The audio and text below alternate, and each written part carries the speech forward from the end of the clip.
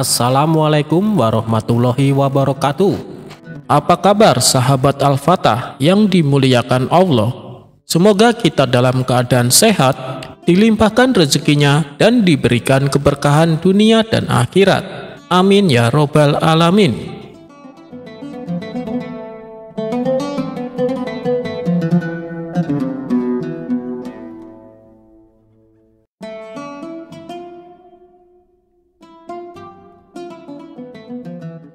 Suatu hari, Abu Nawas diutus Baginda Raja agar meninjau asrama penampungan orang-orang gila. Tujuannya adalah untuk mengetahui keadaan mereka. Sesampainya di sana, Abu Nawas melihat di antara mereka terdapat seorang pemuda yang ganteng, penampilannya bersih, tidak mencerminkan seperti orang yang gila.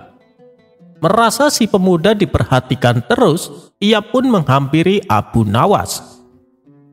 Tuan, saya ingin mengajukan pertanyaan," kata si pemuda. "Oh, silakan," balas Abu Nawas. "Kapankah seorang yang tidur bisa menikmati tidurnya?" tanya si pemuda. "Ya, ketika dia bangun dari tidurnya," jawab Abu Nawas. "Bagaimana dia dapat menikmati tidur padahal ia sudah bangun?" tanya pemuda itu kembali. "Ya, kelezatan tidur itu sebelum dia tidur," jawab Abu Nawas. Namun pemuda itu kemudian bertanya lagi, "Lalu bagaimana dapat menikmati kelezatan tidur sedangkan dia belum tidur?" Abu Nawas menjawab, "Kelezatan dan kenikmatan tidur saat dia tidur." Mendengar jawaban Abu Nawas, pemuda gila itu merasa tidak puas. Ia pun lantas berkata, "Orang yang sedang tidur tidak bisa merasakan sesuatu. Bagaimana bisa orang yang tidak sadar bisa merasakan sesuatu?" Abu Nawas termenung mendengar jawaban pemuda itu. Kali ini ia tidak bisa menjawab pertanyaan si pemuda. Abu Nawas pun lalu bersumpah tidak akan lagi berdebat dengan orang gila.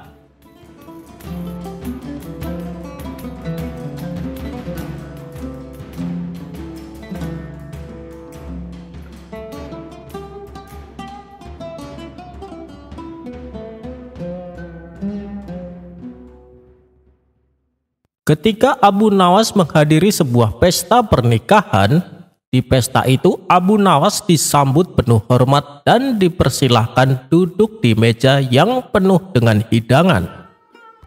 Tidak lama kemudian, datanglah kawan Abu Nawas yang terkenal rakus. Ia langsung duduk di samping Abu Nawas dan memakan hidangan yang ada di depannya. Abu Nawas terus memperhatikan kawannya tersebut. "Ini orang rakus sekali, hampir semua hidangan dimakannya," gerutu Abu Nawas.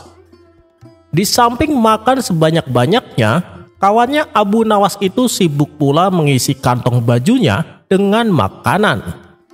Melihat kerakusan kawannya tersebut, Abu Nawas timbul ide untuk mengerjainya. Ia lalu mengambil teko yang penuh berisi air. Diam-diam, Abu Nawas menuangkan air teko tersebut ke kantong baju kawannya. Tentu saja kawannya itu terkejut dan berteriak, Abu Nawas, kamu gila ya? Masa kantong bajuku kau tuangi air?" bentak kawannya. Maaf kawan, aku tidak bermaksud jahat," tutur Abu Nawas. "Jelas-jelas kau berbuat jahat padaku. Kau ingin mempermalukan aku ya?" kata kawannya semakin geram. "Sekali lagi saya mohon maaf kawan, saya tidak ada niatan untuk mempermalukanmu. Tapi tadi kulihat betapa banyak makanan yang ditelan oleh kantong bajumu. Saya khawatir dia akan haus. Karena itulah kuberi minum," ujar Abu Nawas. Semua tamu yang hadir tertawa terpingkal-pingkal mendengar perkataan Abu Nawas itu. Sementara kawannya langsung meninggalkan pesta dengan menahan rasa malu.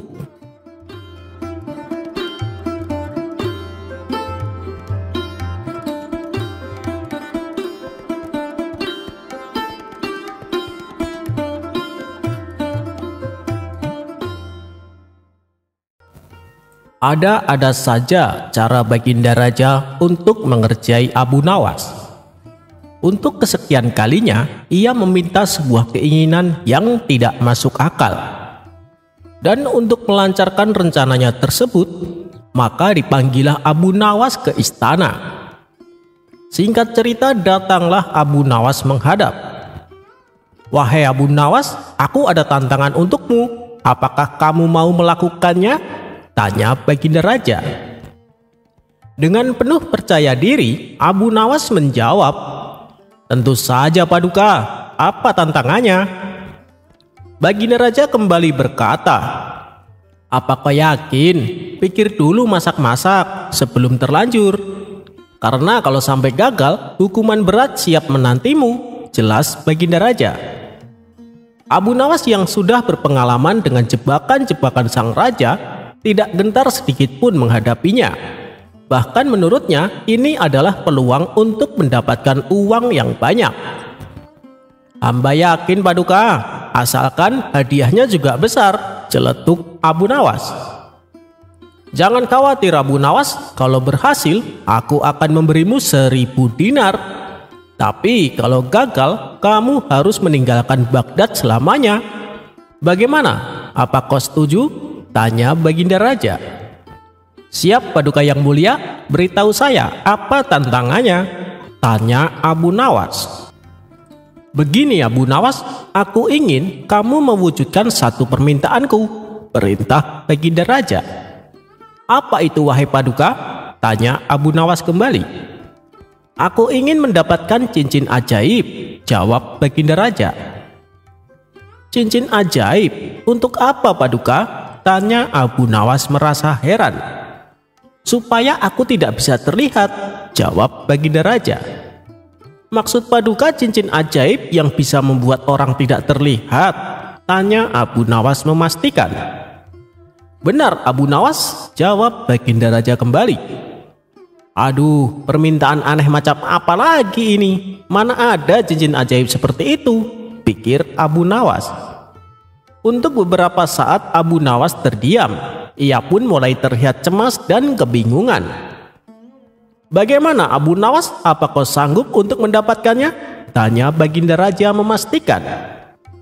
"Hamba sanggup Paduka, tapi beri waktu hamba seminggu," jawab Abu Nawas agak ragu-ragu. "Baiklah, permintaanmu aku turuti. Sekarang pulanglah Abu Nawas," balas Baginda Raja. Singkat cerita, setelah beberapa hari memutar otak, akhirnya Abu Nawas mendapat solusi yang tepat. Maka pergilah ia ke istana dengan membawa cincin permintaan Baginda Raja. "Kau hebat sekali Abu Nawas, belum genap seminggu, tapi kau sudah mendapatkan apa yang aku inginkan. Coba tunjukkan padaku cincinnya," pinta Baginda Raja. "Ini Paduka, saya mendapatkannya dengan bersusah payah," balas Abu Nawas. "Oh iya, di mana kau mendapatkannya?" tanya Baginda Raja. "Di sebuah tempat rahasia Paduka. Tempatnya sangat angker dan keramat. Di sana saya bertemu kakek sakti. Tapi sayang Paduka, kata kakek tersebut, cincin ini hanya bisa dipergunakan oleh saya," tutur Abu Nawas. "Oh, itu tidak masalah Abu Nawas. Yang terpenting kau bisa membuktikan bahwa cincin tersebut bisa membuat orang tidak terlihat," timpal Baginda Raja. "Tapi begini Paduka, kata kakek yang saya temui, ada satu lagi syaratnya," ujar Abu Nawas. "Apalagi Abu Nawas, kau jangan berbelit-belit, cepat tunjukkan padaku," perintah Baginda Raja. "Maaf Paduka, tapi cincin ini akan berfungsi manakala saya dalam keadaan terdesak," kata Abu Nawas beralasan. Karena penasaran, Baginda Raja terus mendesak Abu Nawas untuk membuktikannya. "Baiklah, kalau Paduka ingin bukti, mari ikut saya," ajak Abu Nawas. Abu Nawas pun mengajak Baginda Raja ke sebuah lorong istana yang berada di bawah tanah. Karena tempatnya gelap, Abu Nawas membawa obor api sebagai penerangan. "Kenapa harus ke sini Abu Nawas?" tanya Baginda Raja heran. "Tenang saja, tidak lama lagi Paduka akan melihat keajaiban cincin ini. Bukankah itu yang Paduka kehendaki?" balas Abu Nawas. Tiba-tiba saja Abu Nawas terpleset dan jatuh, sehingga obor apinya ikut terjatuh dan padam.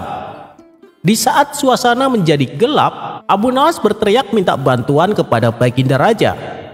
"Paduka, tolong saya, sepertinya kaki saya terkilir."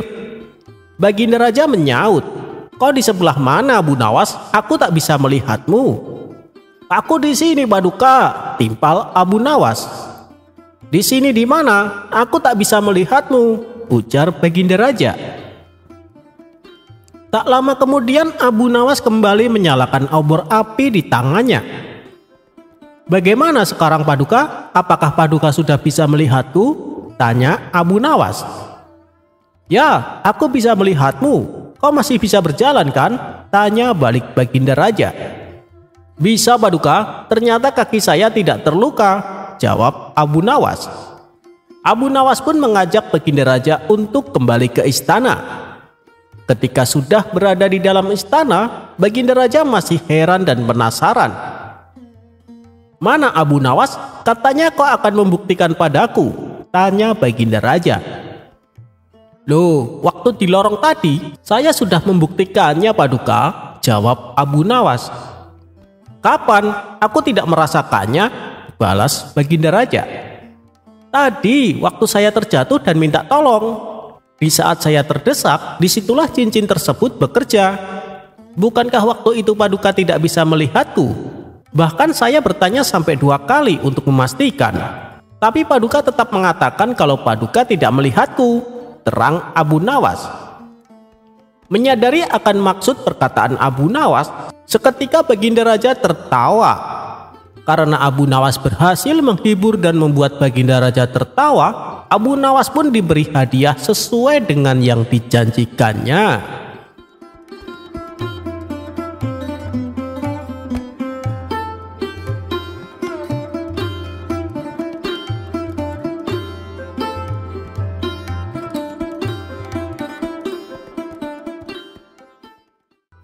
Di sela-sela waktu senggangnya, Baginda Raja memanggil Abu Nawas ke istana. Raja ingin menguji kecerdikannya kembali dengan menjawab beberapa pertanyaan yang akan diajukan. "Wahai Abu Nawas, menurutmu mana yang lebih baik? Berkata jujur atau berkata bohong?"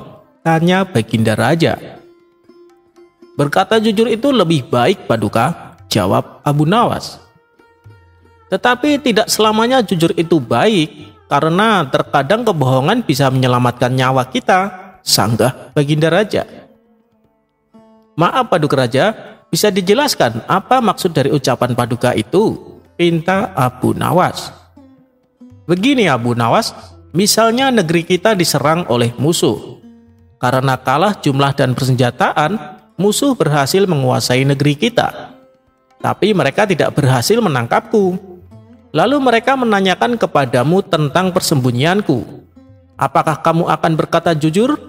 Padahal kamu tahu di mana aku bersembunyi. Apakah kamu tega membiarkan rajamu akan dibunuh?" tanya Baginda Raja. "Oh, kalau begitu, aku tidak akan berbohong dan tidak juga akan berkata jujur. Aku akan berkata, aku tidak tahu," jelas Abu Nawas. Baginda Raja pun menertawakan kecerdikan Abu Nawas dan menghadiahi sekantong keping emas.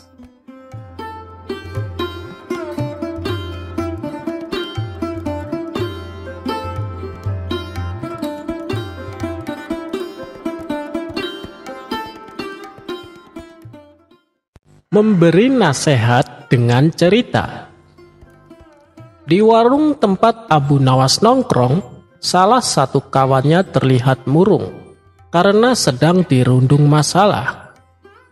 Tidak lama kemudian datanglah Abu Nawas. Melihat ada kawannya yang sedang murung, Abu Nawas merasa iba. Ia pun segera menghampiri kawannya tersebut. "Hei, kawan, sepertinya engkau sedang ada masalah ya?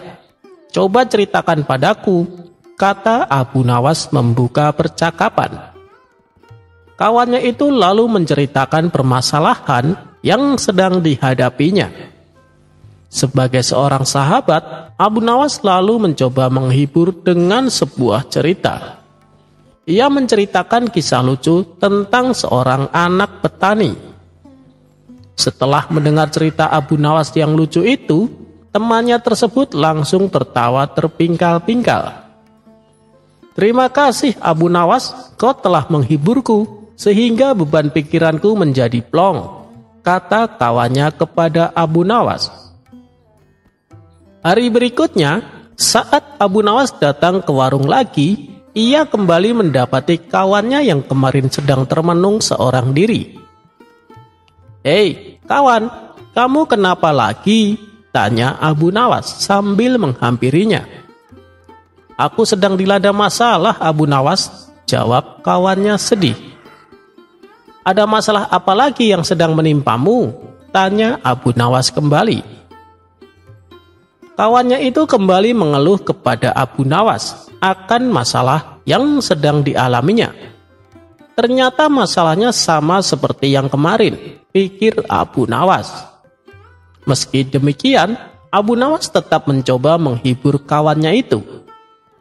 Abu Nawas kembali menceritakan cerita lucu yang seperti kemarin, yaitu tentang seorang anak petani. Temannya itu masih sempat tertawa dengan kisah lucu yang Abu Nawas ceritakan. Dan hari selanjutnya, Abu Nawas kembali mendapati kawannya sedang melamun sendirian di warung. Saat ditanya Abu Nawas, apa masalahnya? Ternyata masalahnya yang dihadapi sama seperti kemarin. Abu Nawas pun kembali menghiburnya dengan cerita lucu yang sama. Tapi kali ini kawannya hanya diam saja. "Loh, kenapa tidak tertawa?" tanya Abu Nawas. Kawannya itu pun menjawab, "Sebab cerita lucu yang kamu bawakan sama seperti yang kemarin. Kalau diulang-ulang terus ya lucunya sudah tidak terasa, Abu Nawas." Mendengar jawaban tersebut, Abu Nawas hanya tersenyum.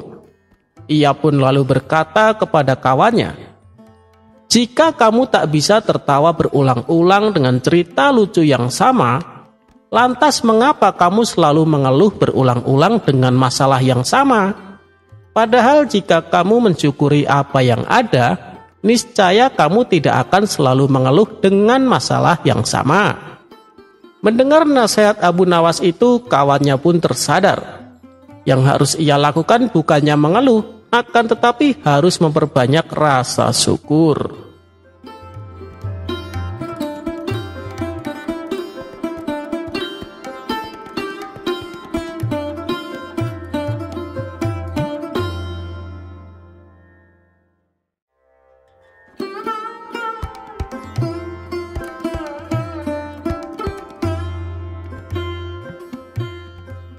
Diceritakan, pada suatu hari, Abu Nawas bermain ke rumah temannya yang berada di luar kota.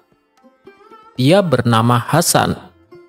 Mereka adalah dua sahabat karib yang sama-sama lucunya dan sama-sama cerdik. Sehingga saat Abu Nawas di rumah kawannya itu, ia seringkali dikerjai. "Hei Abu Nawas, kamu suka daging sapi atau daging kambing?" tanya Hasan. Mendengar tawaran Hasan, Abu Nawas mengira akan disuguhi makanan yang disuruh memilihnya. "Terserah kamu sajalah, kambing saya suka, sapi saya juga suka," jawab Abu Nawas. "Tidak bisa begitu dong, kamu harus memilih salah satu," ujar Hasan. "Ya sudah, saya suka daging sapi," balas Abu Nawas. "Berarti kita sama dong. Saya juga suka daging sapi," tutur Hasan. Setelah lama mengobrol, Abu Nawas tak kuasa menahan lapar.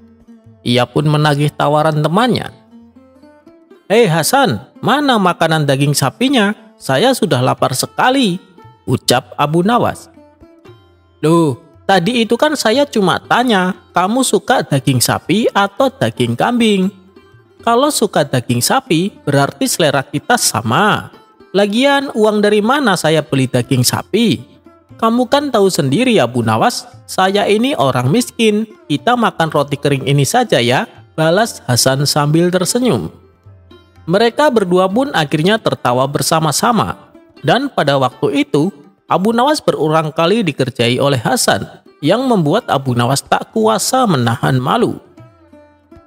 Singkat cerita, beberapa bulan kemudian, gantian Hasan yang bertandang ke rumah Abu Nawas. Melihat sahabat karibnya datang, Abu Nawas langsung menyambutnya dengan hangat. Hasan dipersilakan masuk dan dijamu hidangan daging sapi. Ini baru yang namanya daging sapi, bukan roti kering. Saya harap kamu bisa membedakannya, celetuk Abu Nawas. Mendengar hal itu, Hasan pun langsung tertawa, diikuti oleh Abu Nawas. Setelah acara jamuan makanan selesai, terlintas di benak Abu Nawas untuk gantian mengerjai Hasan. Hasan, mari ikut aku. Akan aku perkenalkan dengan kawan-kawanku, ajak Abu Nawas.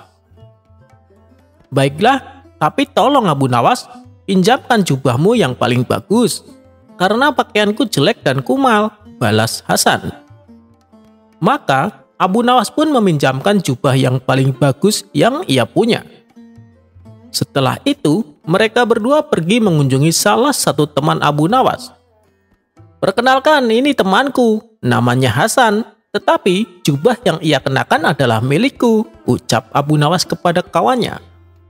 Merasa terganggu oleh perkataan Abu Nawas, Hasan pun menunggu sampai mereka meninggalkan rumah temannya.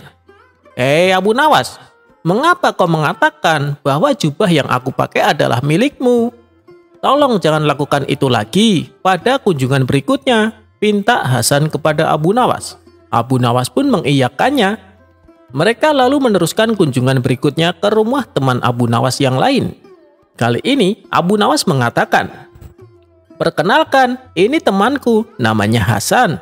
Jubah yang ia kenakan adalah miliknya, bukan milikku, ucap Abu Nawas kepada kawannya. Setelah mereka berdua pergi, Hasan kembali menyatakan kejengkelannya. Ia pun berseru, mengapa sih engkau masih saja membesar-besarkan persoalan dengan mengatakan bahwa jubah ini adalah milikku dan bukan milikmu? Tolong Abu Nawas, jangan lakukan itu lagi pada kunjungan selanjutnya, pinta Hasan kepada Abu Nawas. Untuk kedua kalinya, Abu Nawas mengiyakan permintaan Hasan. Ketika mereka berdua sampai di rumah teman Abu Nawas berikutnya, Abu Nawas berkata, hei kawan, perkenalkan, ini temanku, namanya Hasan, dan saya tidak mengatakan apapun. Apakah jubah yang ia kenakan adalah miliknya atau milik saya? Ucap Abu Nawas kepada kawannya. Mendengar hal itu, spontan Hasan berlari meninggalkan Abu Nawas. Sementara Abu Nawas tertawa terpingkal-pingkal melihat reaksi Hasan yang kesal dengan tingkah Abu Nawas.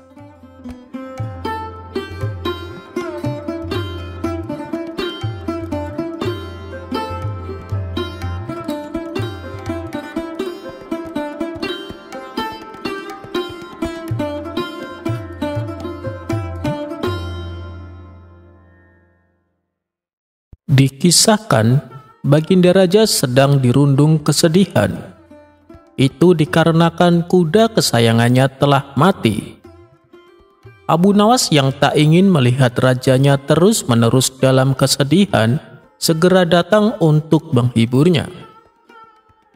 Akhirnya, hanya dalam waktu beberapa hari, Baginda Raja sudah kembali ceria. Terima kasih Abu Nawas atas hiburan yang kau berikan. Kau telah mengobati dari rasa sedih yang mendalam. Kali ini kau bukan hanya saya anggap sebagai rakyatku, tapi kau adalah sahabat terbaikku, ucap Baginda Raja. Seketika Abu Nawas tersipu malu mendengar pujian yang ditujukan kepadanya.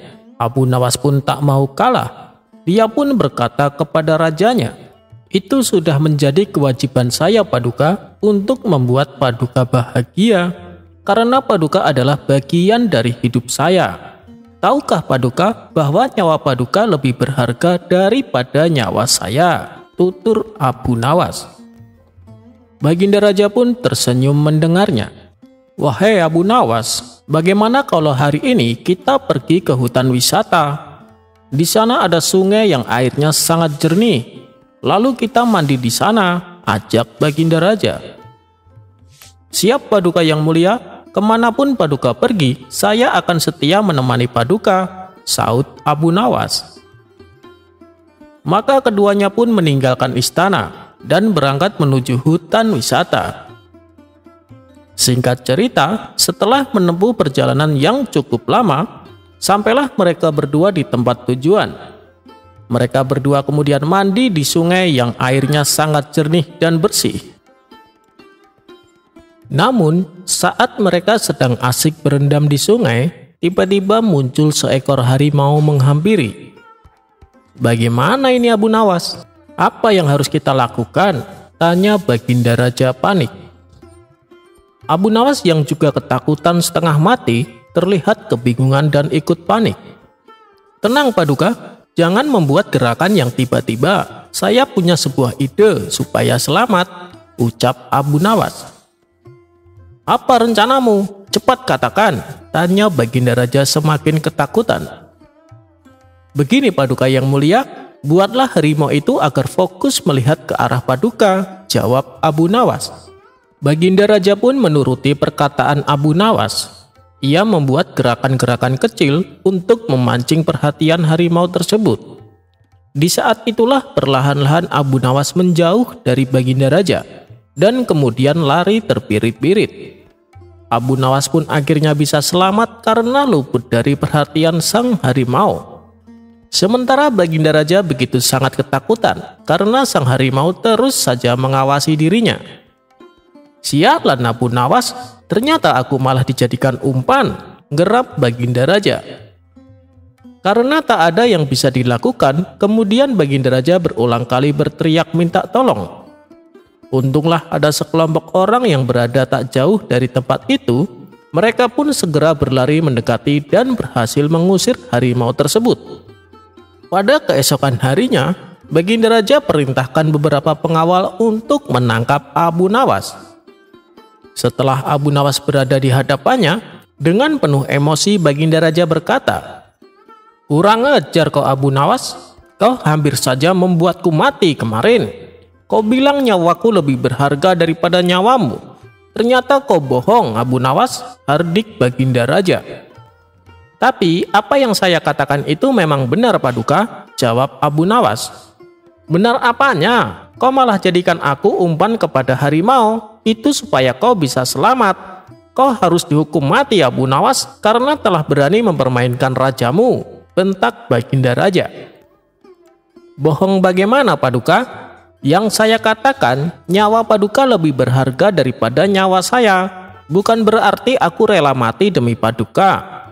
Begini saja Paduka, ketika Paduka dalam ancaman kematian, apakah Paduka akan memberikan yang paling berharga agar Paduka bisa selamat?" tanya Abu Nawas. "Tentu saja, bahkan seisi kerajaan rela aku berikan supaya aku selamat dari kematian," jawab Baginda Raja. "Nah, saat itu saya bisa saja mati diterkam harimau Paduka, dan demi supaya saya bisa selamat dari kematian, saya rela mengorbankan yang paling berharga dalam hidup saya, sesuatu yang lebih berharga dari nyawa saya, yaitu nyawa Paduka yang mulia," terang Abu Nawas. Mendengar jawaban Abu Nawas, Baginda Raja hanya terdiam. "Aku telah terkecoh dengan pujian Abu Nawas. Awas kau Abu Nawas, suatu saat aku pasti akan membalasnya," batin Baginda Raja. Berkat kecerdikan Abu Nawas, ia pun akhirnya dilepaskan kembali dan tidak jadi dihukum mati.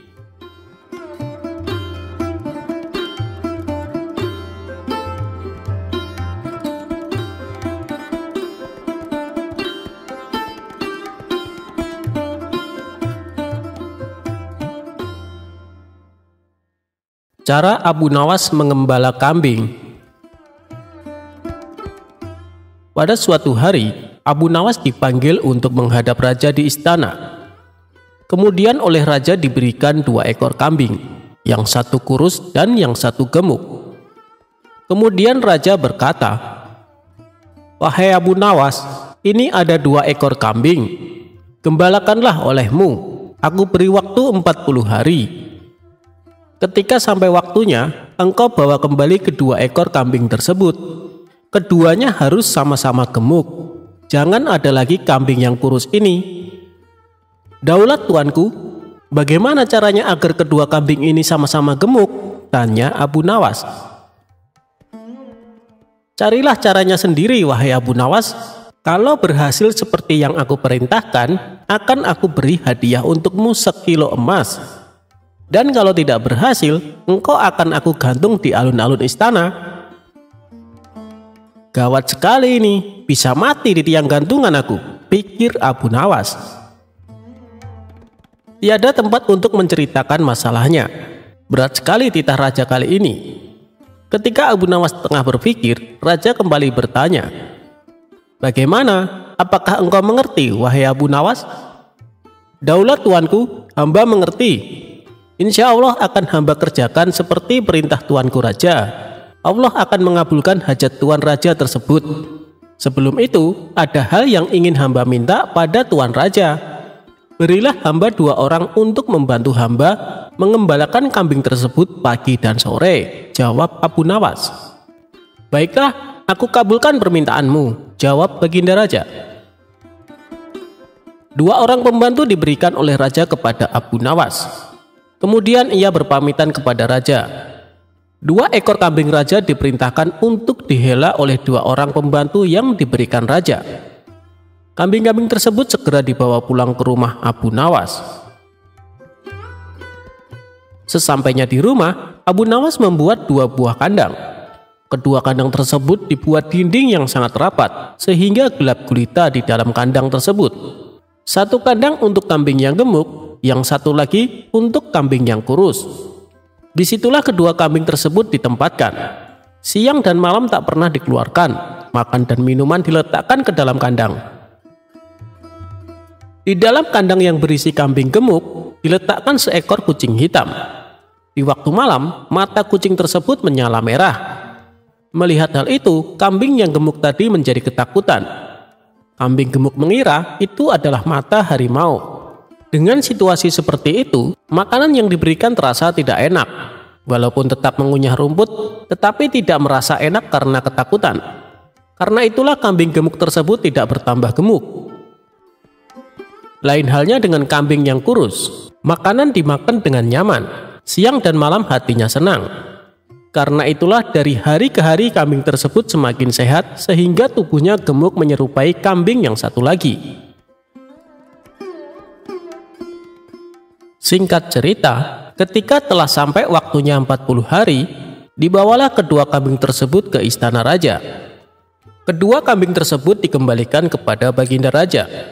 Sambil menyerahkan kambing tersebut, Abu Nawas berkata, "Daulat tuanku, kedua kambing sudah sama-sama gemuk seperti kehendak tuanku raja. Sekarang hamba kembalikan kepada tuan raja, dan hamba meminta hadiah 1 kilo emas seperti janji tuanku raja." Baginda Raja memperhatikan kambing-kambing tersebut. Ketika dilihat oleh Baginda Raja, kedua kambing tersebut memang sudah sama-sama gemuk.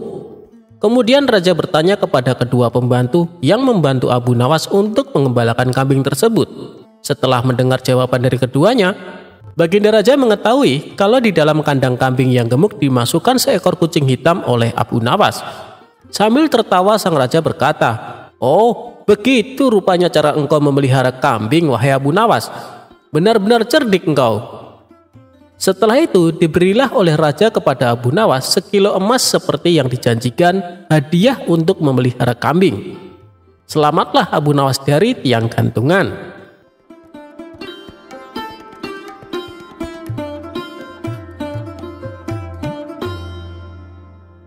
Cerita Abu Nawas mengangkat masjid.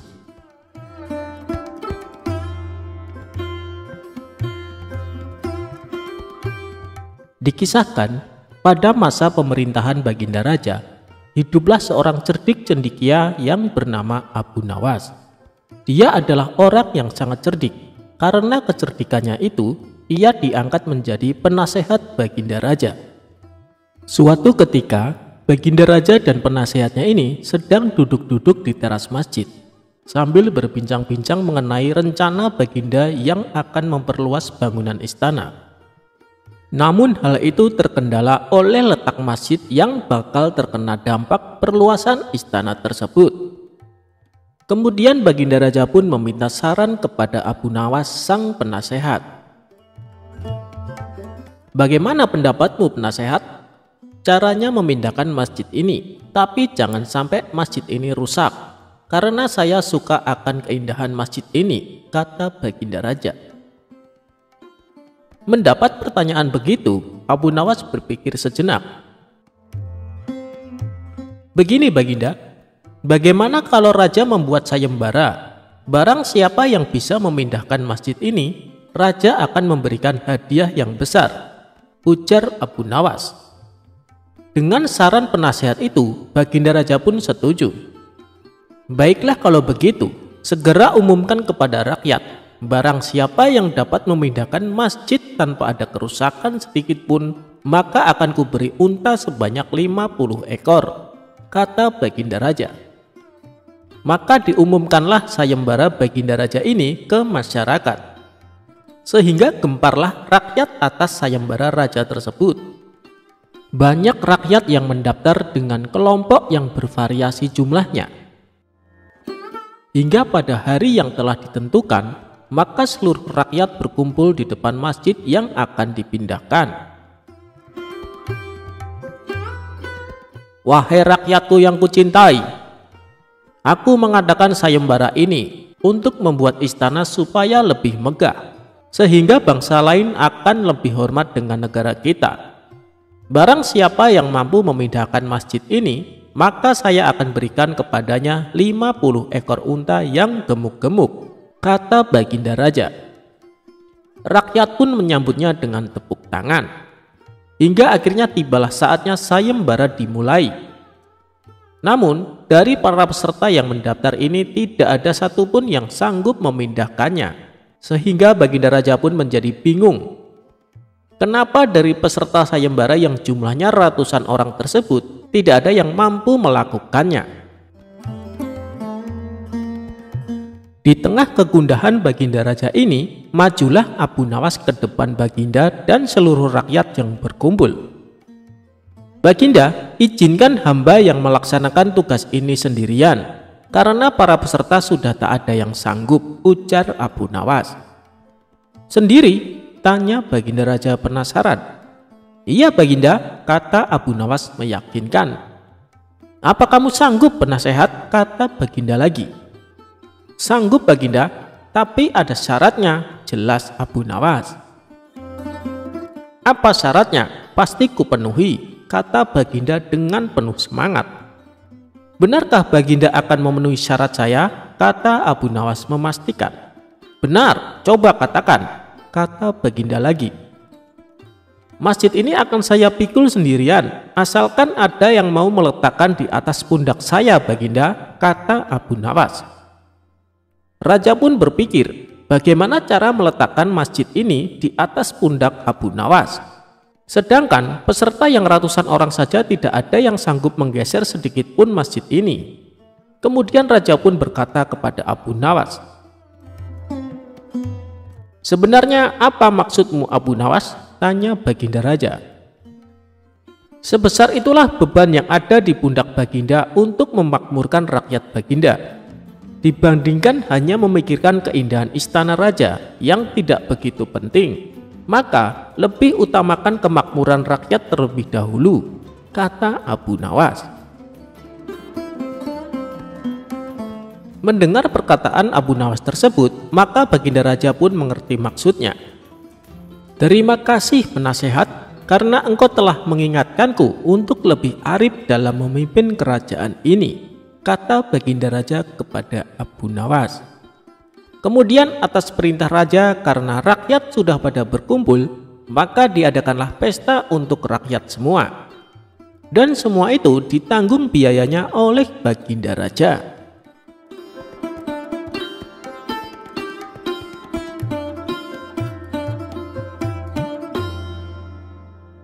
Anak gembala yang bikin emosi.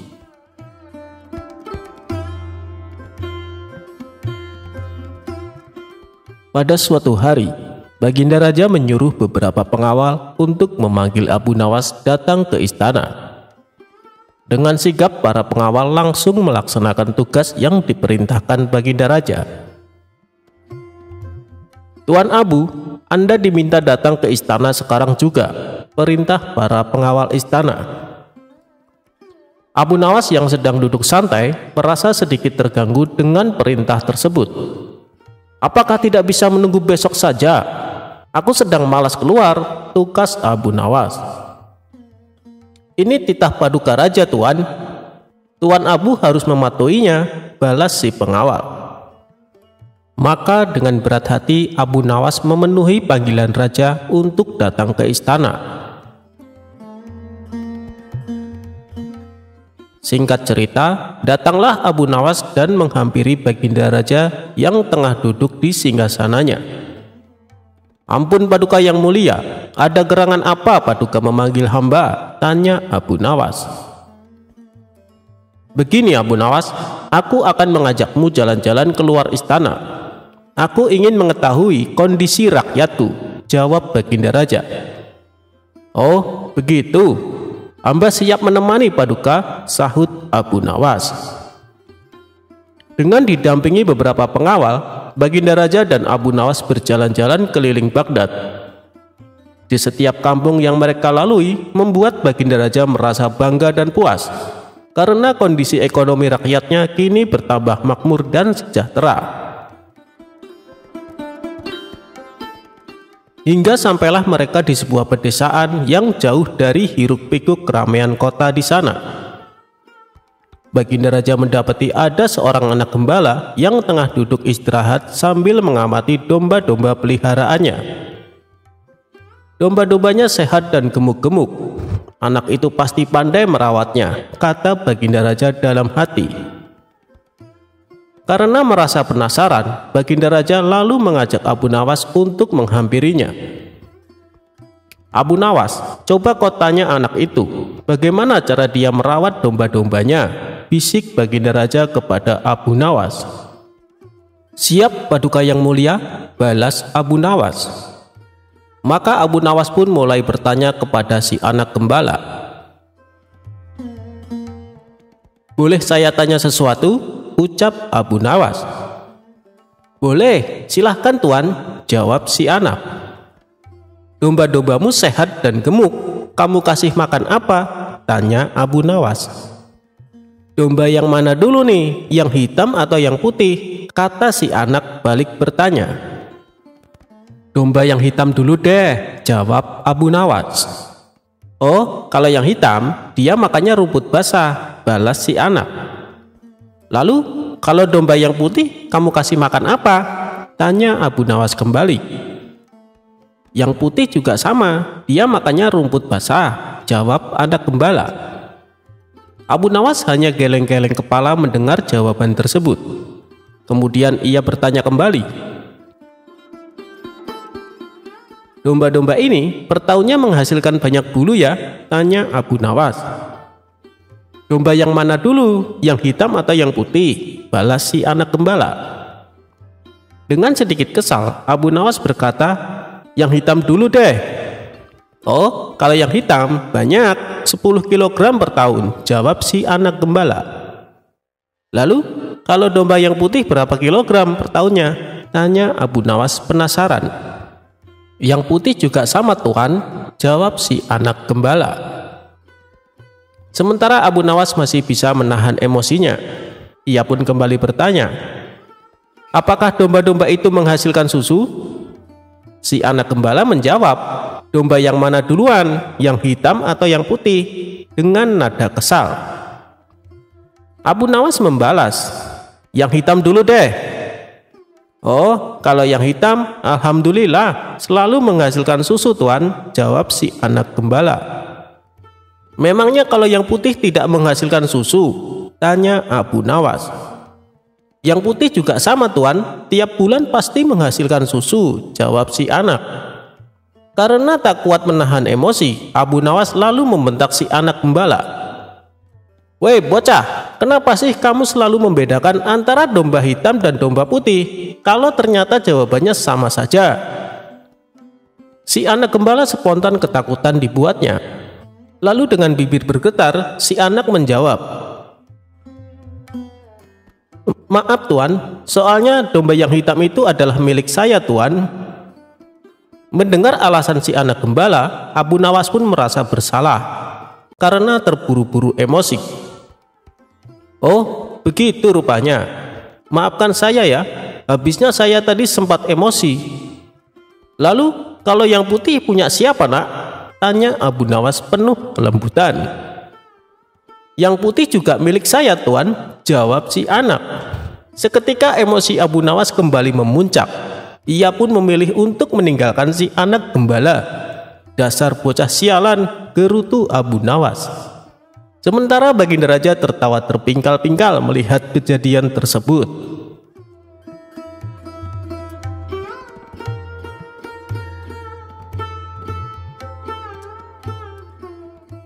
Abu Nawas membajak sawah dari dalam penjara.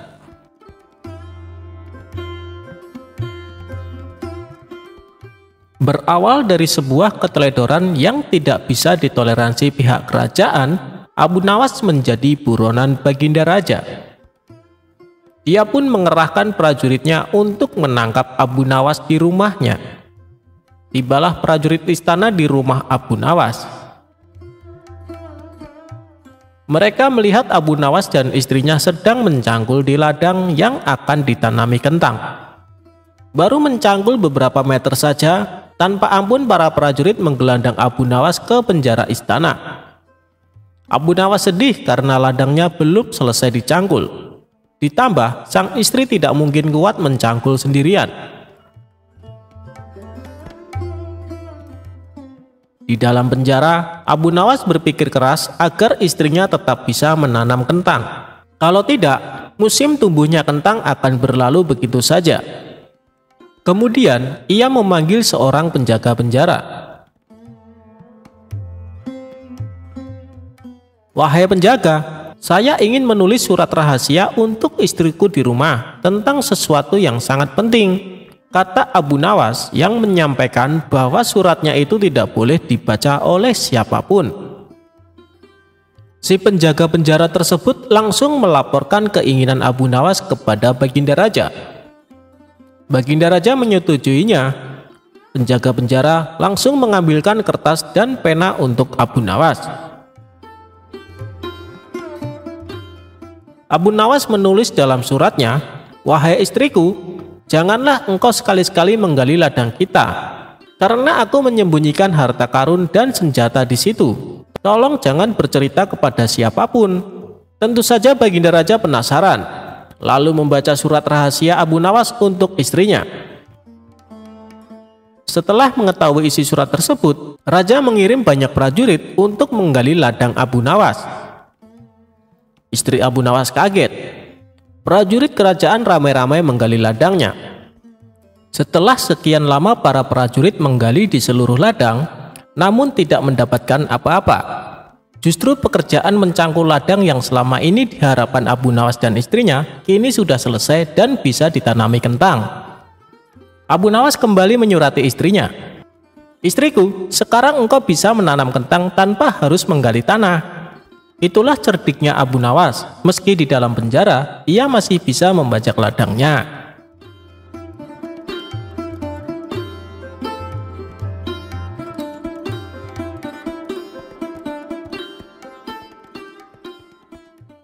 Abu Nawas memenangkan lomba berburu. Suatu hari yang cerah, Baginda Raja dan para pengawalnya meninggalkan istana untuk berburu. Namun di tengah perjalanan, salah satu pejabat kerajaan yang bernama Abu Jahil menyusul dengan terengah-engah di atas kudanya. Baginda, hamba mau mengusulkan sesuatu," kata Abu Jahil sambil mendekati sang raja. "Apa usulmu, wahai Abu Jahil?" tanya Baginda Raja. "Agar acara berburu ini lebih menarik dan disaksikan banyak penduduk, bagaimana kalau kita sayembarakan saja?" ujar Abu Jahil dengan raut wajah serius. Baginda Raja terdiam sejenak dengan mengangguk-angguk.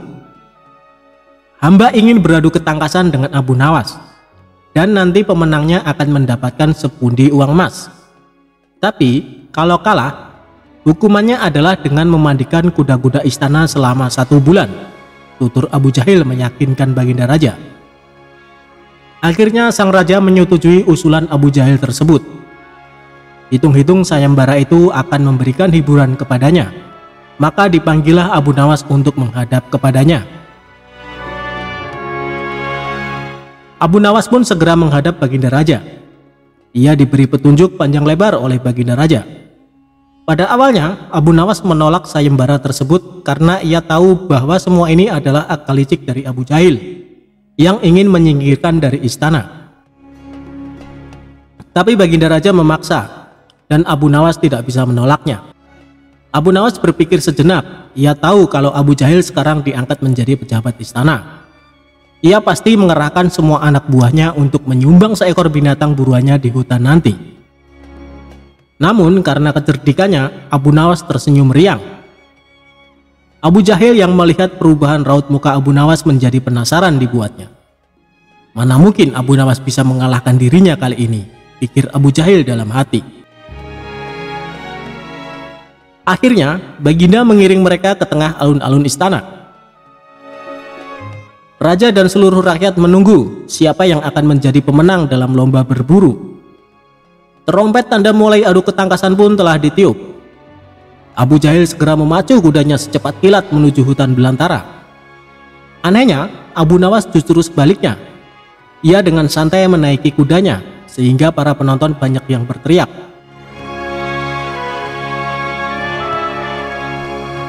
Singkat cerita, menjelang sore hari, tampaklah kuda Abu Jahil memasuki pintu gerbang istana. Ia pun mendapat sambutan meriah dan tepuk tangan dari rakyat yang menyaksikannya. Di sisi kanan dan kiri kuda Abu Jahil tampak puluhan hewan yang mati terpanah.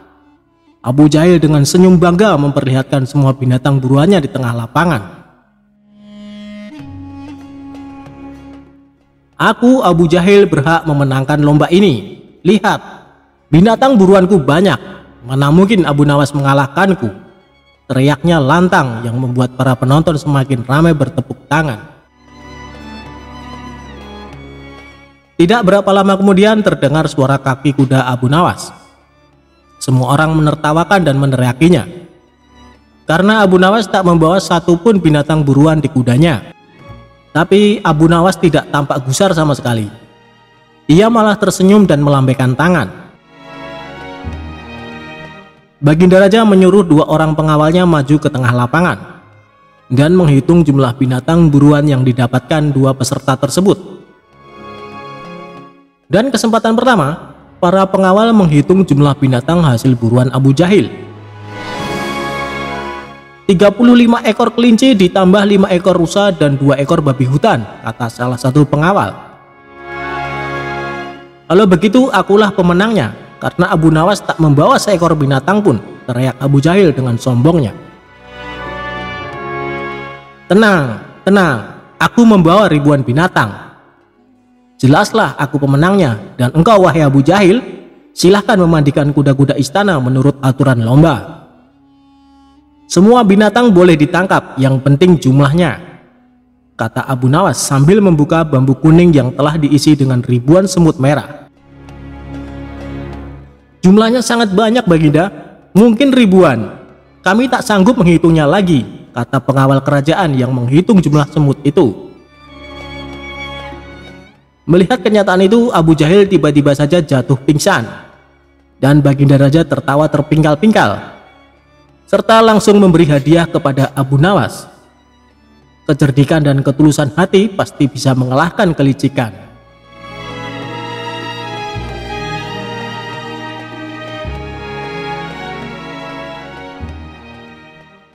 Tuan Hakim mengaku kalah cerdas dengan Abu Nawas. Abu Nawas suatu hari sedang melihat-lihat kebunnya yang sudah lama tidak terurus. Ketika asyik di dalam kebun, tiba-tiba ada seseorang yang masuk. "Hei, ngapain kau masuk ke kebunku?" ujar seseorang lelaki yang dijuluki Tuan Tanah kepada Abu Nawas. Abu Nawas pun kaget dan langsung membantahnya. "Apa? Ini kebun milikku tahu, kau jangan mengaku-ngaku," ucapnya. Tapi si tuan tanah sangat kekeh. Dia mengatakan kebun tersebut miliknya. Begitu juga dengan Abu Nawas. Keributan pun tidak bisa dihindari. Keduanya sama-sama tidak mau mengalah. Dikarenakan pada zaman itu tidak ada yang namanya sertifikat tanah, jadi Abu Nawas tak mempunyai bukti yang kuat atas kepemilikan kebun tersebut.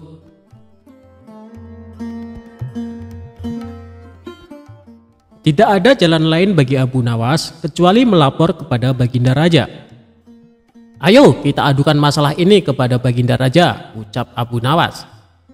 Tantangan tersebut tidak membuat si tuan tanah mundur. Ia tetap meladeni permintaan Abu Nawas. Keduanya pun pergi ke istana untuk menghadap Baginda Raja.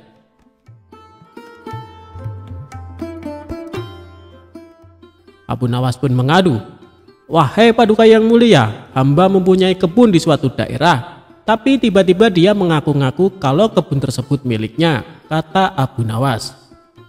"Ini masalah rumit, Abu Nawas. Supaya masalahnya bisa diputus secara adil, maka meski ditangani hakim yang bijaksana," ujar Baginda Raja angkat tangan. "Saya setuju Baginda Raja," balas Abu Nawas. Tapi yang menjadi persoalannya adalah siapa yang bisa menjadi hakimnya, sebab ini bukan perkara mudah. Biasanya kalau ada urusan ruwet seperti ini, Abu Nawaslah solusinya. Tapi kini justru dia sendiri yang mempunyai perkara. Jadi harus dicari hakim yang selevel dengan Abu Nawas untuk menangani kasus ini. Baginda Raja akhirnya mendapat hakim yang paling baik reputasinya di kota Baghdad. Hakim ini terkenal cerdas dan berwibawa. Orang-orang yang perkaranya ditangani olehnya selalu puas dengan hasil keputusannya. Baginda Raja yakin hakim ini pasti akan memutuskan perkara dengan seadil-adilnya. Maka pada hari yang sudah ditentukan, sidang pun dilakukan di salah satu ruang istana.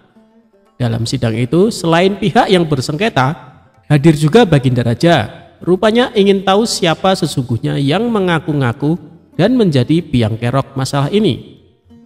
Baginda Raja yakin kalau klaim Abu Nawas atas kebunnya tidak mengada-ngada. Tetapi sangat sulit bagi dirinya untuk begitu saja memenangkan Abu Nawas sebelum sidang dimulai.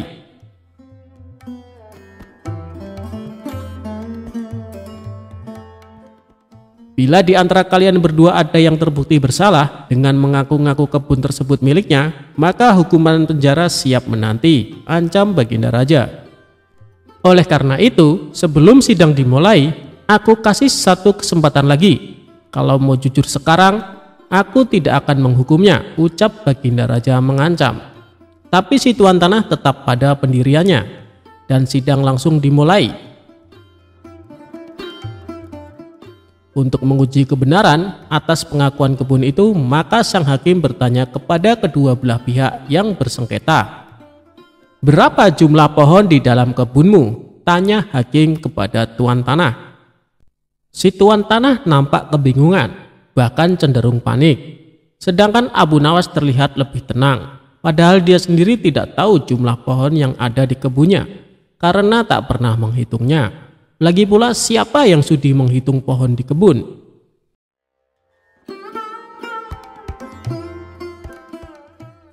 Setelah terdiam agak lama, hakim kembali berkata kepada si tuan tanah, "Bagaimana mungkin Anda mengaku kebun tersebut milik Anda sementara tidak mengetahui jumlah pohonnya?" Si tuan tanah hanya menunduk dalam-dalam. Ia tampaknya grogi berat. Melihat tuan tanah ini, hakim dan Baginda Raja makin yakin kalau si tuan tanahlah yang berbohong.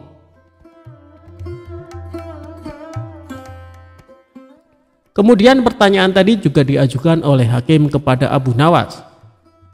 "Sekarang giliranmu, Abu Nawas. Berapa jumlah pohon yang ada di kebunmu?" tanya sang hakim. "Sebelum hamba menjawabnya, bolehkah hamba bertanya kepada tuan hakim?" ucap Abu Nawas. "Silahkan Abu Nawas," jawab hakim. "Berapa lama Anda menempati rumah Anda?" tanya Abu Nawas. "Kira-kira sejak beberapa tahun yang lalu." "Memangnya kenapa Abu Nawas?" tanya balik tuan hakim keheranan. "Tidak, Hamba cuma mau bertanya, berapa jumlah genting yang ada di rumah Anda? Tanya Abu Nawas lagi.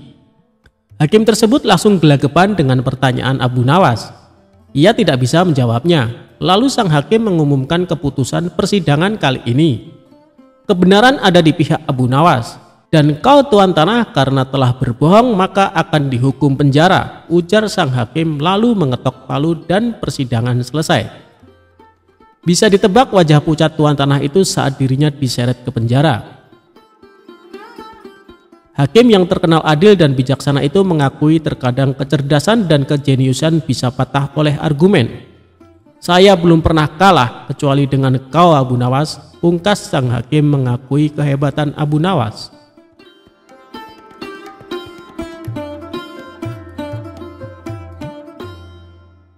Di negeri Baghdad, dahulu kala ada seorang menteri yang dikenal sangat jahat perangainya, sehingga ditakuti warganya. Ia tidak bisa melihat perempuan cantik, terutama istri orang, pasti diambilnya. Apabila membeli suatu barang, ia tidak pernah mau membayar. Kelakuannya itu lama-kelamaan sampai juga ke telinga Abu Nawas, sehingga membuat hatinya panas. Maka Abu Nawas pun pasang niat tidak akan meninggalkan daerah itu sebelum sang menteri menghembuskan nafas terakhirnya alias mati. Kemudian Abu Nawas berangkat ke tempat menteri itu tinggal dan sengaja menyewa rumah yang berdekatan untuk melakukan investigasi. Setelah beberapa hari bergaul dengan penduduk di situ, ia pun kenal dengan sang menteri dan bahkan bersahabat baik. Begitu baiknya pendekatan yang dilakukan, sampai-sampai menteri itu tidak bisa mencium rencana busuk Abu Nawas. Abu Nawas boleh masuk dan keluar rumah itu dengan bebas, sehingga ia tidak menaruh curiga sama sekali kepadanya. Di dalam rumah itu, Abu Nawas melihat sebuah tiang gantungan yang digunakan untuk menggantung orang-orang yang bersalah kepada menteri itu. Cara menggantungnya pun dengan cara yang sadis, yaitu kaki di atas dan kepala di bawah. Dalam posisi demikian, orang itu dipukuli sampai mati. Dengan demikian, memang betul berita-berita yang aku dengar tentang menteri ini, pikir Abu Nawas. Nantikanlah, aku pasti akan membalas. Hei orang muda, kata Abu Nawas kepada seorang pemuda tampan yang sedang mengiring seekor lembu gemuk. Apakah lembu itu akan dijual? Tanya Abu Nawas. Pertemuan itu terjadi ketika Abu Nawas berjalan-jalan di sebuah sudut desa itu. Lembu ini tidak akan dijual, karena ini warisan bapak hamba, jawab si pemuda. Lebih baik lembu itu dijual saja, Abu Nawas mencoba merayu. Kalau laku dengan harga tinggi, kamu bisa berdagang sehingga uang itu menjadi banyak. Betul juga kata tuan, jawab si pemuda setelah berpikir sejenak. Namun, untuk menjualnya, hamba harus berkonsultasi dengan ibu di rumah.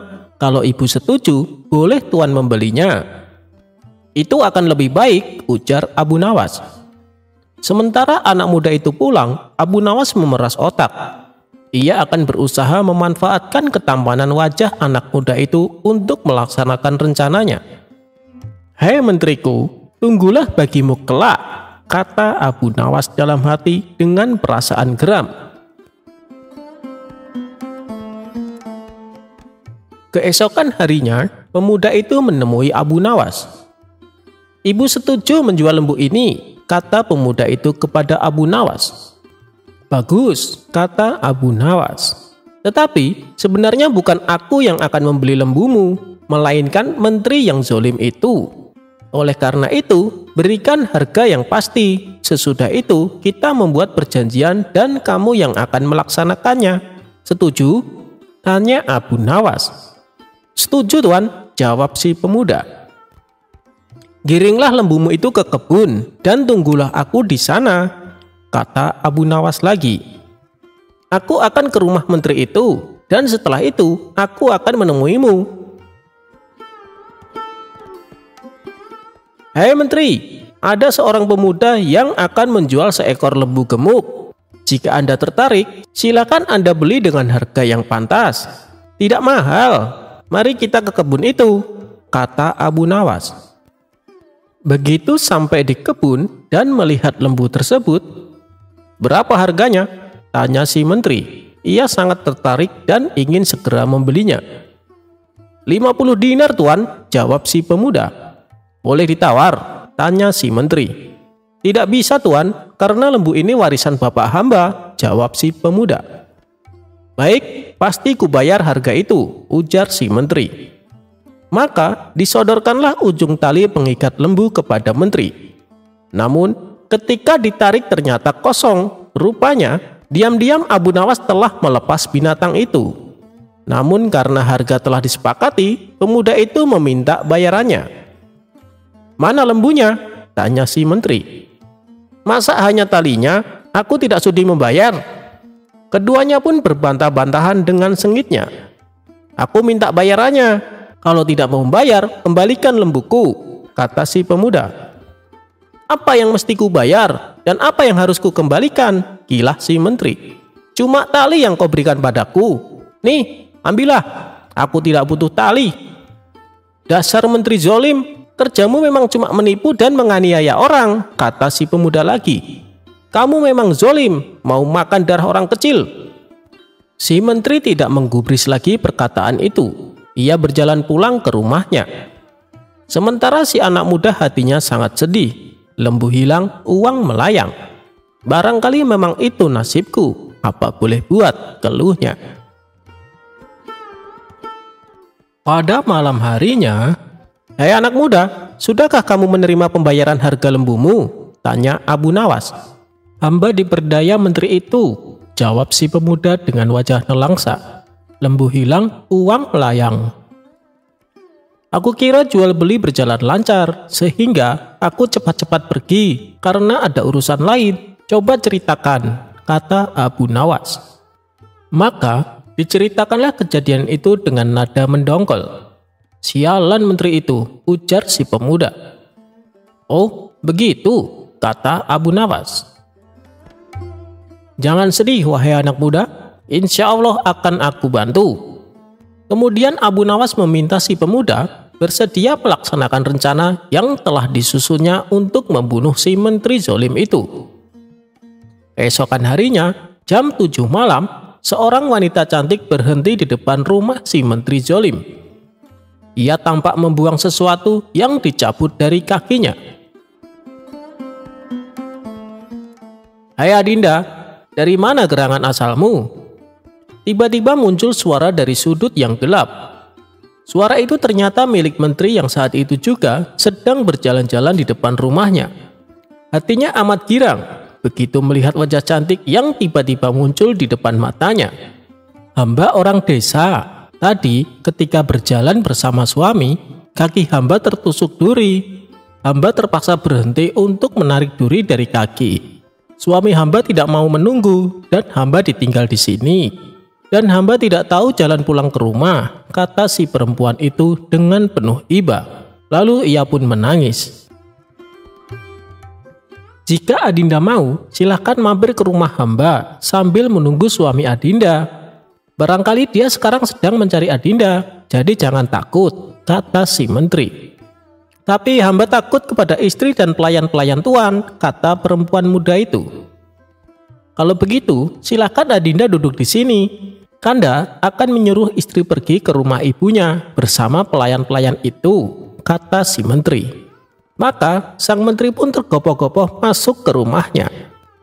"Hei Adinda, sekarang ini sebaiknya Adinda pergi ke rumah ibu, karena sudah lama rasanya Adinda tidak ke sana," kata menteri itu kepada istrinya. "Jika demikian kehendak Kakanda, baiklah, hamba ke sana," jawab istri si menteri. Tak lama kemudian, "Hei Adinda," kata si menteri kepada perempuan muda itu setelah rumah kosong. "Silakan masuk ke rumah hamba, karena istri dan semua pelayan telah pergi." "Baiklah," jawab si perempuan sambil mengikuti langkah si menteri. Di dalam rumah dilihatnya tali gantungan seperti yang diceritakan Abu Nawas. Menteri itu mendorong si perempuan muda ke kamar dan mengajaknya tidur. Namun ia mencoba menolak sambil merajuk. "Sebelum kita tidur, cobalah Kakanda bergantung sebentar pada tali itu," rayunya. "Seumur hidup, hamba belum pernah melihat orang bergantung di tali." Karena terdorong oleh nafsu syahwat yang menggelora, permintaan itu dituruti si menteri. "Tolong Adinda pegang tali gantungan ini kuat-kuat, jangan dilepaskan," katanya. Menteri itu kemudian memasukkan badannya ke dalam tali gantungan.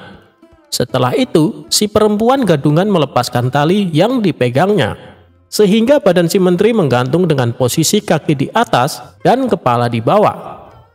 Si perempuan pun mengeluarkan sebuah pentungan, lalu memukul badan dan kepala si menteri zolim itu sambil berujar, "Hai menteri zolim, aku bukan perempuan, akulah pemilik lembu yang kau tipu. Sekarang terimalah pembalasanku. Aku minta bayaran lembuku. Ayo bayar, bayar," sambil terus memukul menteri itu. Darah segar pun mengalir dari mulut, hidung, dan telinga menteri, sehingga ia tidak sadarkan diri. "Mampuslah kau," teriak si pemuda. Mengira bahwa si menteri sudah mati, masuklah perempuan itu ke dalam rumah dan menjarah barang-barang yang ada. Sesudah itu barulah ia pulang dengan menggondol harta kekayaan si menteri zolim. Di tempat lain, si istri menteri mendapat firasat buruk. Hatinya berdebar-debar keras. "Ada apa gerangan di rumahku?" pikirnya dalam hati. Maka dengan bergegas pulanglah ia ke rumah. Setiba di rumah, ia menjerit-jerit histeris lantaran dilihatnya suaminya tergantung pingsan dengan kepala berdarah dan harta bendanya ludes. Ketika tali gantungan dilepas, ternyata suaminya masih bernapas. Meski terengah-engah, kemudian dipercikan air mawar ke sekujur tubuhnya dan kepala menteri hingga siuman dan membuka matanya. "Ya Kakanda," ucap si istri sambil menangis meratapi nasib suaminya. "Kenapa Kanda bisa begini?" Si menteri tidak bisa segera menjawab pertanyaan itu. Tapi lambat laun setelah kesadarannya mulai pulih, ia pun bisa menceritakan semua yang dialaminya. Setelah itu ia jatuh sakit. Abu Nawas khawatir mendengar kabar itu. Buru-buru ditemui si anak muda itu di rumahnya. "Mengapa tidak kamu matikan dia?" tanya Abu Nawas. "Bukankah aku sudah pesan, jangan kamu tinggal sebelum dia mati? Sekarang sebaiknya kamu tambah penyakit menteri itu supaya mati." "Bagaimana caranya?" tanya si pemuda. Ia tidak kalah khawatir dengan Abu Nawas. "Berpura-puralah menjadi dukun, karena saat ini menteri itu sedang mencari dukun," kata Abu Nawas. "Selanjutnya, usahakan dengan caramu sendiri agar rumah itu kosong. Dan setelah kosong, pukulilah menteri itu sampai mati. Sebelum mati, jangan kamu tinggalkan dia." Keesokan harinya, datanglah seorang kakek tua bertongkat ke rumah menteri itu. Ia memakai jubah panjang dan serban putih dengan langkah terbungkuk-bungkuk. "Tuan, siapakah tuan ini?" tanya seorang pelayan menteri itu. "Aku ini dukun," jawab kakek tua tersebut. "Kenapa kamu menyapa aku di tengah jalan seperti ini? Tidak sopan berbuat seperti itu kepada orang tua." "Maaf tuan, hamba pelayan menteri di sini. Beliau saat ini sedang sakit dan perlu dukun. Jika tuan mau, silahkan masuk ke rumahnya," kata si pelayan. Setelah dukun palsu itu duduk di samping pembaringannya, "Ya tuan dukun, obatilah hamba ini," kata si menteri itu. "Hamba sakit." Lama-kelamaan suaranya hilang. "Moga-moga hamba bisa mengobati tuan," jawab si dukun. "Tapi bisakah pelayan-pelayan itu disuruh mencari daun kayu lengkap dengan akarnya? Daun itu memang sulit dicari, tetapi banyak gunanya untuk penyembuhan tuan," perintah si dukun. Menteri itu kemudian menyuruh 3 orang pelayan untuk memenuhi permintaan dukun. Tak lama kemudian, dukun itu berkata lagi, "Maaf, hamba lupa, ada lagi daun kayu yang lain yang hamba butuhkan. Tolong pelayan yang lain disuruh mencari." Maka menteri itu pun menyuruh pelayan lainnya, sehingga rumah itu kosong. Karena anak dan istri menteri sebelumnya sudah pergi keluar rumah.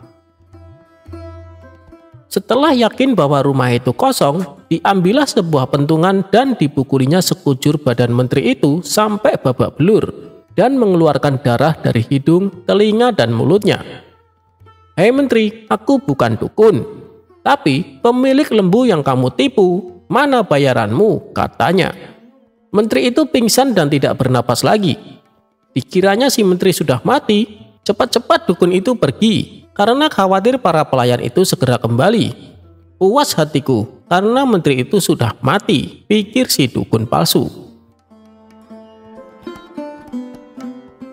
Kira-kira 1 jam kemudian, para pelayan itu kembali dengan tangan hampa, diikuti oleh istri menteri. Mereka cemas melihat tuannya tergeletak dan dukun itu tidak ada lagi. Lalu istri menteri itu menyiram badan suaminya dengan air mawar yang diminumkan seteguk ke mulutnya. Tak lama kemudian, menteri itu sadar, namun belum bisa bicara. "Wahai istriku, orang itu bukan dukun, tetapi dia yang punya lembu itu juga," kata si menteri setelah sadar. "Panggillah orang-orang alim dan kabarkan kepada mereka bahwa aku sudah mati. Masukkan badanku ke dalam keranda bersama sekerat batang pisang yang dibungkus kain putih sebagaimana mayat lainnya. Tetapi yang dimasukkan ke liang lahat nanti adalah batang pisang tadi. Sedang badanku tetap dalam keranda dan dibawa pulang kembali. Dengan demikian, orang yang punya lembu itu tidak akan datang lagi kemari. Kapan-kapan bila aku sembuh, akan kucari orang itu untuk membuat perhitungan terakhir." Semua pesan itu dikerjakan oleh istri menteri itu dengan baik. Tetap dasar Abu Nawas, ia berhasil mencium akal busuk itu. Maka ditemuinya si pemilik lembu. "Kenapa tidak kamu pukul sampai mati menteri itu?" tanya Abu Nawas. "Orang itu sudah mati," kata si pemuda. "Ia tidak bergerak dan tidak bernapas lagi karena darah keluar dari hidung dan telinganya. Saat ini menteri itu hidup dan pura-pura mati," kata Abu Nawas. Lalu diceritakannya rencana menteri tadi dan rencananya sendiri agar menteri itu benar-benar mati. "Sebab jika ia masih hidup juga, aku tidak dapat menjamin nasibmu kelak." Abu Nawas pun menjalankan rencananya. "Hai saudara, maukah Anda aku bayar untuk menaiki kuda yang cepat larinya?" kata Abu Nawas kepada seorang joki yang berbadan tinggi tegap. "Dekatilah kuburan menteri itu. Jika jenazah sudah sampai ke liang kubur, berteriaklah keras-keras, 'Akulah pemilik lembu.' Kemudian paculah kudamu sekencang-kencangnya. Apa kamu mau?" tanya Abu Nawas. "Ya, saya mau," jawab si tukang joki. "Nah, ini uangnya, pergilah," kata Abu Nawas sambil menyerahkan uang kepada sang joki. Esok harinya, iring-iringan jenazah menteri itu berangkat dari rumah, lengkap dengan orang besar, orang alim, sanak keluarga, dan sahabat almarhum. Begitu sampai dekat liang lahat, terdengar teriakan, "Akulah pemilik lembu." Suasana di kuburan menjadi kacau, karena para pelayat kemudian berlarian ingin mengejar orang yang berteriak tadi. Namun apa daya, orang yang dikejar sudah kabur dengan kudanya. Sementara keranda ditinggal tidak terurus. Pada saat itulah si pemuda pemilik lembu yang sebenarnya muncul. Rupanya ia ikut dalam barisan pelayat. "Hei menteri, akulah pemilik lembu yang kamu tipu. Sekarang saatnya kamu harus membayar lunas utangmu. Tidak akan kubiarkan nyawamu tetap bersarang di badanmu." Lalu dipukulnya menteri itu sekuat tenaga hingga benar-benar tewas. Setelah itu ia pulang ke rumah. Akan halnya joki tadi, akhirnya ia terkejar dan tertangkap dan kemudian dibawa ke kuburan menteri. Upacara pemakaman yang tadinya hanya pura-pura menjadi upacara sungguhan karena menteri yang diusung di dalam keranda itu benar-benar mati. Badannya hancur dan tidak bernapas lagi tanpa diketahui siapa pelakunya. Hal itu mengagetkan seluruh pelayat. Setelah itu, orang-orang pulang ke rumah masing-masing dengan hati masgul dan heran. Sedangkan si joki dibawa oleh anak-anak menteri ke rumahnya. "Apa sebab kamu berteriak dan mengaku sebagai orang yang punya lembu?" tanya mereka. Aku tidak tahu sebabnya, aku hanya dibayar untuk berteriak seperti itu, jawab si joki. Siapa yang membayarmu? Tanya anak-anak menteri. Abu Nawas, Tuan, jawab si joki. Hei Abu Nawas, kata anak menteri setelah menemukan Abu Nawas. Kenapa kamu membayar untuk berteriak seperti itu dan menganiaya bapakku? Menganiaya bapakmu? Abu Nawas balik bertanya. Bertanyalah yang benar. Engkau suruh orang itu berteriak mengaku sebagai orang yang punya lembu. Maka kami kejar dia, karena yang menyebabkan bapakku sakit tiada lain adalah orang yang punya lembu, bukan dari Allah. Oh begitu, kata Abu Nawas sambil senyum kecil. Jadi kamu tidak tahu bahwa orang yang punya lembu itu sudah ditakdirkan Allah untuk berbuat demikian. Karena bapakmu terlalu zalim, penipu, penganiaya, pengisap darah orang kecil, dan sebagainya. Rasanya tidak usah diperpanjang masalah ini yang akan membuatmu malu besar. Lebih baik kamu doakan saja agar bapakmu diampuni Allah. Anak menteri itu terdiam sebab ia tahu semua perbuatan bapaknya. Barangkali memang demikian takdir bapakku, pikirnya dalam hati sambil berjalan pulang ke rumah. Akhirnya, warga kota itu termasuk orang yang punya lembu merasa senang dan tenang hatinya karena tidak ada lagi orang yang akan berbuat jolim. Sedangkan Abu Nawas segera kembali ke rumahnya. Niatku sudah terlaksana, pikirnya. Siapa tahu barangkali Baginda Raja sedang menanti kedatanganku di istana beliau. Lagi pula, aku juga sudah sangat rindu kepada Baginda Raja.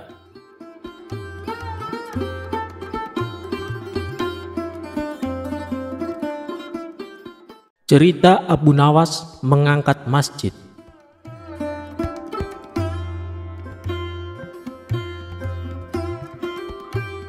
Dikisahkan, pada masa pemerintahan Baginda Raja, hiduplah seorang cerdik cendekia yang bernama Abu Nawas. Dia adalah orang yang sangat cerdik. Karena kecerdikannya itu, ia diangkat menjadi penasehat Baginda Raja. Suatu ketika, Baginda Raja dan penasehatnya ini sedang duduk-duduk di teras masjid sambil berbincang-bincang mengenai rencana Baginda yang akan memperluas bangunan istana. Namun hal itu terkendala oleh letak masjid yang bakal terkena dampak perluasan istana tersebut. Kemudian Baginda Raja pun meminta saran kepada Abu Nawas sang penasehat. Bagaimana pendapatmu penasehat? Caranya memindahkan masjid ini, tapi jangan sampai masjid ini rusak, karena saya suka akan keindahan masjid ini, kata Baginda Raja. Mendapat pertanyaan begitu, Abu Nawas berpikir sejenak. Begini Baginda, bagaimana kalau Raja membuat sayembara? Barang siapa yang bisa memindahkan masjid ini, Raja akan memberikan hadiah yang besar, ujar Abu Nawas. Dengan saran penasehat itu, Baginda Raja pun setuju.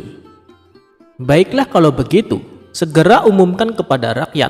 Barang siapa yang dapat memindahkan masjid tanpa ada kerusakan sedikit pun, maka akan kuberi unta sebanyak 50 ekor, kata Baginda Raja. Maka diumumkanlah sayembara Baginda Raja ini ke masyarakat.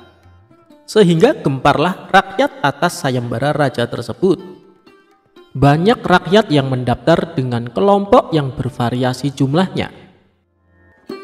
Hingga pada hari yang telah ditentukan, maka seluruh rakyat berkumpul di depan masjid yang akan dipindahkan. Wahai rakyatku yang kucintai, aku mengadakan sayembara ini untuk membuat istana supaya lebih megah, sehingga bangsa lain akan lebih hormat dengan negara kita. Barang siapa yang mampu memindahkan masjid ini, maka saya akan berikan kepadanya 50 ekor unta yang gemuk-gemuk, kata Baginda Raja. Rakyat pun menyambutnya dengan tepuk tangan. Hingga akhirnya tibalah saatnya sayembara dimulai. Namun, dari para peserta yang mendaftar ini tidak ada satupun yang sanggup memindahkannya. Sehingga Baginda Raja pun menjadi bingung. Kenapa dari peserta sayembara yang jumlahnya ratusan orang tersebut tidak ada yang mampu melakukannya? Di tengah kegundahan Baginda Raja ini, majulah Abu Nawas ke depan Baginda dan seluruh rakyat yang berkumpul. "Baginda, izinkan hamba yang melaksanakan tugas ini sendirian, karena para peserta sudah tak ada yang sanggup," ujar Abu Nawas. "Sendiri?" tanya Baginda Raja penasaran. "Iya Baginda," kata Abu Nawas meyakinkan. "Apa kamu sanggup penasehat?" kata Baginda lagi. "Sanggup Baginda, tapi ada syaratnya," jelas Abu Nawas. "Apa syaratnya? Pasti kupenuhi," kata Baginda dengan penuh semangat. "Benarkah Baginda akan memenuhi syarat saya?" kata Abu Nawas memastikan. "Benar, coba katakan," kata Baginda lagi. "Masjid ini akan saya pikul sendirian, asalkan ada yang mau meletakkan di atas pundak saya Baginda," kata Abu Nawas. Raja pun berpikir, bagaimana cara meletakkan masjid ini di atas pundak Abu Nawas. Sedangkan peserta yang ratusan orang saja tidak ada yang sanggup menggeser sedikit pun masjid ini. Kemudian raja pun berkata kepada Abu Nawas, "Sebenarnya apa maksudmu Abu Nawas?" tanya Baginda Raja. "Sebesar itulah beban yang ada di pundak Baginda untuk memakmurkan rakyat Baginda, dibandingkan hanya memikirkan keindahan istana raja yang tidak begitu penting, maka lebih utamakan kemakmuran rakyat terlebih dahulu," kata Abu Nawas. Mendengar perkataan Abu Nawas tersebut, maka Baginda Raja pun mengerti maksudnya. "Terima kasih penasehat, karena engkau telah mengingatkanku untuk lebih arif dalam memimpin kerajaan ini," kata Baginda Raja kepada Abu Nawas. Kemudian atas perintah raja, karena rakyat sudah pada berkumpul, maka diadakanlah pesta untuk rakyat semua. Dan semua itu ditanggung biayanya oleh Baginda Raja.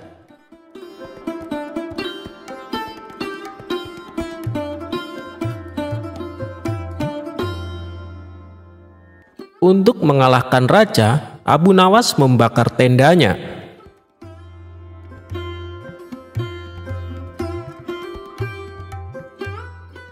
Dalam dunia sufi dikenal tokoh Abu Nawas atau disebut juga Abu Nuwas. Tokoh yang satu ini dikenal dengan kecerdasan dan kecerdikannya dalam memecahkan segala masalah. Tak jarang sejumlah orang sering terpedaya dengan pola pikir Abu Nawas. Salah satunya adalah Baginda Raja. Salah satu cerita yang masyhur adalah Baginda Raja menantang Abu Nawas dalam suatu perlombaan. Ajang lomba itu adalah tenda siapa yang paling ramai dan paling banyak dikunjungi oleh pengunjung, maka dialah yang menang. Tidak dijelaskan alasan Baginda Raja mengapa menantang Abu Nawas untuk lomba tersebut. Bisa jadi Baginda Raja sangat senang dengan kecerdikan Abu Nawas dalam menyelesaikan tantangan. Singkat cerita, tantangan disetujui di tempat alun-alun kerajaan dan waktu pun sudah ditentukan. Aturannya adalah tenda siapa yang paling ramai dikunjungi orang mulai pukul 12 siang hingga pukul 12 malam. Bukan hal yang sulit bagi Baginda Raja untuk membuat tendanya ramai dikunjungi. Sejak dimulainya perlombaan, tenda Baginda Raja sudah ramai dikunjungi warga. Bagaimana tidak, selain tendanya besar, di dalam tenda juga disediakan hiburan serta aneka makanan dan minuman. Siapapun yang datang ke tenda tersebut sudah pasti terhibur dan konsumsi tercukupi. Berbeda dengan tenda milik Abu Nawas. Selain tendanya kecil, tidak sebesar milik Baginda Raja, di tempat itu juga tidak ada hiburan apalagi makanan. Namun, Abu Nawas terlihat tenang sembari duduk-duduk di dalam tenda tersebut. Menurutnya, waktu perlombaan masih panjang. "Tenang saja, waktu masih panjang," gumam Abu Nawas sembari melihat keramaian di tenda milik Baginda Raja. Sejumlah warga yang datang ke tenda Baginda Raja sudah mengira bahwa Abu Nawas akan kalah dalam perlombaan ini. Terlebih lagi, semakin malam jumlah warga yang mendatangi tenda Baginda Raja semakin banyak dan semakin banyak. Abu Nawas masih terlihat duduk-duduk santai dan tenang. Nyaris tidak ada upaya apapun agar tendanya ramai dikunjungi warga. Hingga sekitar jam 12 malam kurang 5 menit, Abu Nawas mulai beraksi. Tenda miliknya tiba-tiba terbakar. Api yang membakar tenda tersebut menjulang ke angkasa. Kontan saja warga yang hadir di tenda milik Baginda Raja pun berteriak, "Tenda Abu Nawas terbakar! Tenda Abu Nawas terbakar!" teriak warga. Warga yang penasaran semburat keluar dari tenda Baginda Raja. Ada yang penasaran dan datang melihat hingga ada yang membawa air untuk memadamkan api. Tak ketinggalan, Baginda Raja pun ikut mendatangi tenda Abu Nawas. Nah, pas pukul 12 malam, semua orang yang ada di tenda Baginda Raja berpindah ke lokasi kebakaran. Tak ketinggalan, Baginda Raja pun datang ke lokasi. Nah, saya yang menang kan yang mulia? Lihat, semua orang termasuk Anda pun datang ke tenda saya tepat pukul 12 malam. Ujar Abu Nawas sembari tersenyum penuh kemenangan. Rupanya kebakaran itu disengaja oleh Abu Nawas untuk menarik perhatian orang-orang yang ada di tenda Baginda Raja. Termasuk Baginda Raja juga terkecoh untuk datang ke tenda Abu Nawas. Lagi-lagi Abu Nawas berhasil mengalahkan tantangan dari Baginda Raja. Baginda Raja pun hanya bisa geleng-geleng sembari mengakui kecerdikan Abu Nawas.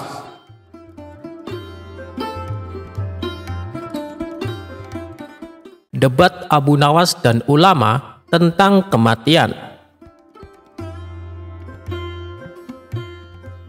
Dikisahkan ada seorang tokoh sufi yang terkenal dengan kealimannya. Ia juga disegani oleh penduduk setempat sebagai sosok ulama yang karismatik.